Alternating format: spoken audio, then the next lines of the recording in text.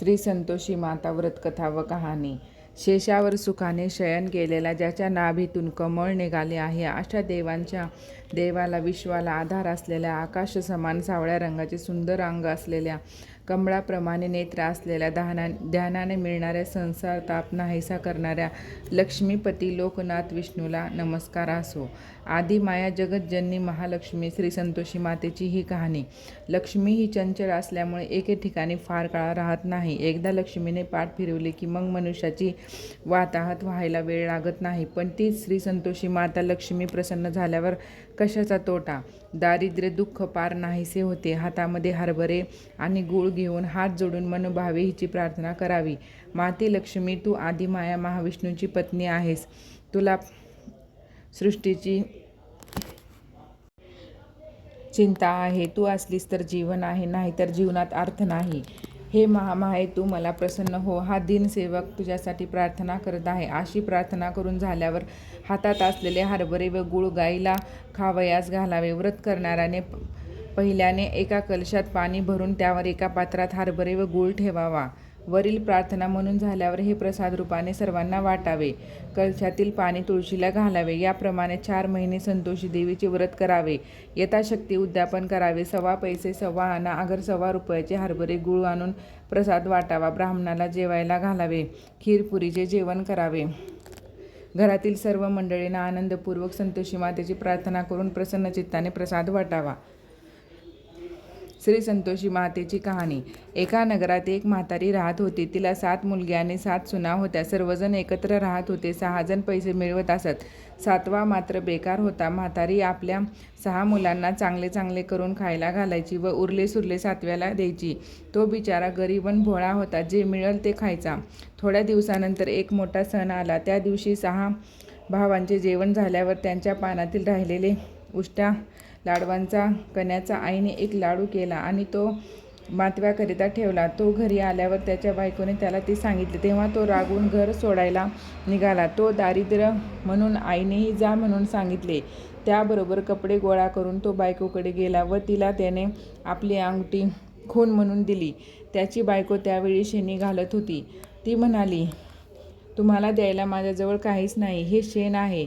असं म्हणून आपल्याला शेणाने भरलेला हात त्याच्यावर पाठीवर उमटला. तीच आपल्या प्रिय पत्नीची खून असे समजून तो निघाला. मजल दर मजल करीत तो दुसऱ्या देशातील एका मोठ्या शहरात गेला. तेथे एका व्यापाऱ्याकडे नोकरीला राहिला. रात्रंदिवस नेकीने काम केल्यामुळे मालक त्याच्यावर खुश झाला.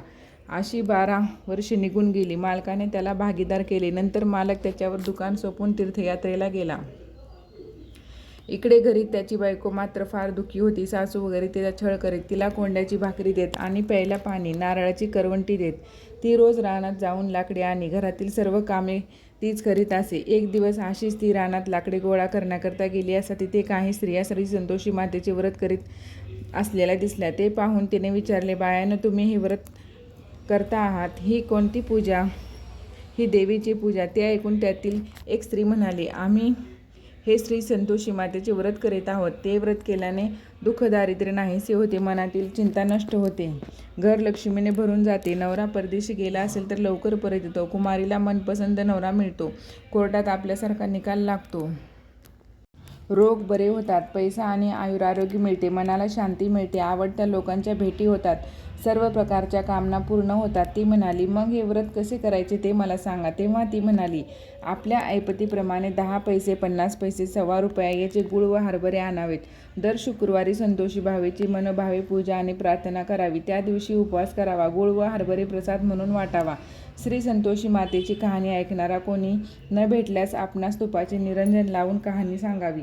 मनोभावे प्रार्थना करावी. आपले काम सिद्धीस जाईपर्यंत प्रत्येक शुक्रवारी याप्रमाणे संतोषी देवीचे व्रत करावे. काम झाले की व्रताचे उद्यापन करावे. 4 महिन्यात श्री संतोषी माता आपले मनोरथ पूर्ण करते. उद्यापनाच्या दिवशी आपली शक्तीप्रमाणे सव्वा पटीने रवा तूप घ्यावे. त्याची खीर करावी. हरभऱ्याची उसळ करावी. आपल्या घरातील 8 मुलांना जेवण घालावे. आपल्याकडे 8 मुलगे नसतील तर शेजारचे बोलावून आणून त्यांना जेवायला घालावे. आपल्या शक्तीप्रमाणे दक्षिणा द्यावी.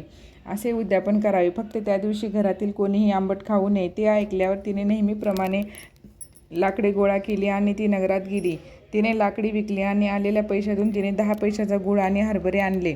मनाशी निश्चय करून ती फिरली. वाटेत तिला श्री संतोषी मातेचे मंदिर दिसले. आत जाऊन तिने देवीला नमस्कार केला आणि म्हणाली, माते, मी अबला आहे, अज्ञानी आहे, माझे दुःख दूर कर, मी तुला शरण आले आहे. याप्रमाणे तिने 4ही शुक्रवार व्रत केले. श्री संतोषी मातेला तिची दया आली. तिच्या पतीचे पत्र आले, पैसेही आले. तिला फार आनंद झाला. पण तिचे दीर वगैरे तिची चेष्टाच करत असे. इकडे देवी रात्री तिच्या नवऱ्याच्या स्वप्नात गेली आणि म्हणाली, मुला, इकडे येऊन तुला 12 वर्ष झाली. तुझ्या पत्नीची घरी काय अवस्था झाली असेल याचा कधी विचार केलास का? मूर्खा, तू तिला विसरलास, पण तू मात्र माझ्यासाठी परत यावेस म्हणून हाडाची काडी करीत आहेस. ती तुझ्या वाटेकडे डोळे लावून बसली आहे. तो म्हणाला, माते, मला हे सर्व समजते, पण मी काय करणार? मी इकडे परदेशात आहे. इथे देण्याघेण्याचा व्यवहार आहे. तो पुरा झाल्याशिवाय मी घरी परत कसा जाणार? ते ऐकून देवी म्हणाली, मुला, उद्या सकाळी उठल्यावर तू स्नान कर आणि दुकानात जा. माझी प्रार्थना कर, तुपाचे निरंजन लाव. बघता बघता दुकानाचे देण्याघेण्याचे व्यवहार पुरे होतील. म्हातारीच्या सांगण्याप्रमाणे त्याने स्वप्नातील दृष्टांताप्रमाणे सर्व केले. दुसऱ्या दिवशी त्याने आंघोळ केली, तुपाचा दिवा लावला, श्री संतोषी मातेची प्रार्थना केली आणि तो दुकानात गेला. थोड्याच वेळात देण्याघेण्याचे सर्व व्यवहार झाले. पैशाच्या थैल्या भरून गेल्या. श्री संतोषी मातेची स्तुती करून त्याने रात्री दुकान बंद केले आणि सकाळी आपल्या देशास निघाला. तो आपल्या गावाजवळ आला. त्या दिवशी त्याची पत्नी नेहमीप्रमाणे लाकडे गोळा करत रानात आली होती. वाटेत देवीच्या मंदिरात जात असता तिला दुरून येणारे धुळीचे लोट दिसले. तिने देवीला विचारले, माते, कोण येत आहे? देवी म्हणाली, मुली, तुझा नवरा येतो आहे. आता मी सांगते तसं कर. जवळच्या लाकडाच्या 3 मोळ्या कर. एक माझ्या मंदिराजवळ ठेव, दुसरी नदी किनाऱ्यावर ठेव आणि तिसरी आपल्या डोक्यावर घे. तुझ्या डोक्यावरची मोळी पाहून तुझ्या नवऱ्याला जेवणाची आठवण येईल. तो तुझ्याकडून ती मोळी विकत घेईल, जेवण करील, मग पुढे जाईल. मग तू माझ्या मंदिराजवळची मोळी घेऊन घरी जा आणि अंगणात मोळी टाकून मोठ्याने म्हण, सासूबाई, सासूबाई, लाकडे घ्या आणि मला कोंड्याची भाकर द्या, करवंडीत पाणी द्या. पण आज घरी पाहुणे कोण आलेत? देवीच्या सांगण्याप्रमाणे तिने केले. इतक्यात तिचा नवरा येथे आला. त्याने मोळी विकत घेतली, जेवण केले आणि तो घरी गेला. थोड्याच वेळात ती घरी आली आणि मोळी टाकून म्हणाली, सासूबाई, सासूबाई, लाकडे घ्या आणि मला कोंड्याची भाकरी द्या, करवंटीत पाणी द्या. पण आज घरी पाहुणे कोण आलेत? बायकोचा आवाज ऐकून नवरा बाहेर आला. जिच्याकडून मोळी विकत घेतली होती ती त्याला दिसली. तिच्या उजव्या हातात त्याने दिलेली अंगठी होती. त्याला खून पटली. तो बायकोला भेटला व शेजारीच खोलीत गेला. ती त्याने ताब्यात घेतली. खोली साफसूफ करून त्यांनी सर्व सामान आणले व ते दोघेजण आनंदात तेथे राहू लागले. इतक्यात शुक्रवार आला. नवऱ्याच्या परवानगीने त्या दिवशी संतोषी मातेच्या व्रताचे उद्यापन केले. जावेच्या मुलांना व सर्व नातेवाईकांना जेवायला बोलवले. जावांनी आपल्या मुलांना शिकवून ठेवले की काकूजवळ आंबट खायला मागा. सर्वांची जेवणे झाल्यावर मुले म्हणाले, काकू, गोड गोड खाऊन वीट आला, काहीतरी आंबट खायला द्या. त्यावर ती म्हणाली, बाळांनो, हे श्री संतोषी मातेच्या व्रताचे उद्यापन आहे. आज कोणाला आंबट वस्तू खायला मिळणार नाही. मुले जेवून घरी उठली. पैसे मागू लागली. तिच्या लक्षात आले नाही. तिने मुलांना पैसे दिले. मुलांनी चिंच, आवळे आणून खाल्ले. त्यामुळे देवीच्या व्रताचा भंग झाला. देवी कोपली. राजाचे व्रत आले. त्यांनी तिच्या नवऱ्याला धरून नेले. ती रडत रडत संतोषी मातेच्या मंदिरात गेली. नमस्कार करून ती म्हणाली, माते, तू काय केलेस? आधी हसवलेस आणि आता रडवतेस. देवी म्हणाली, मुली, माझ्या व्रताचा भंग झाला आहे, पण तू मुद्दाम केलं नाहीस. आता पुन्हा उद्यापन कर. आता जराही चूक करू नकोस. जा आता. त्याबरोबर ती आनंदाने घरी परतली. रस्त्यात तिचा नवरा तिला भेटला. तो म्हणाला, मी एवढे पैसे मिळवलेत, त्याबद्दल राजाला कर नको का द्यायला? राजाकडे कर भरूनच मी येत आहे. ते ऐकून तिला फार आनंद झाला आणि ते दोघे घरी गेले. फिरून शुक्रवार आला. तिने उद्यापनाची तयारी केली. सर्वांना जेवायला बोलावले. मुले जेवायला आली, पण म्हणाली, काकू, आम्हाला गोड खीर नको, काहीतरी आंबट दे, नाही तर चाललो आम्ही घरी. आंबट चिंबट काही मिळणार नाही. सरळ जेवायचं तर जेवा, नाही तर चालायला लागा. आंबट काही मिळणार नाही, तिने सांगितले. मुले निघून गेली. मग तिने ब्राह्मणांना बोलावले.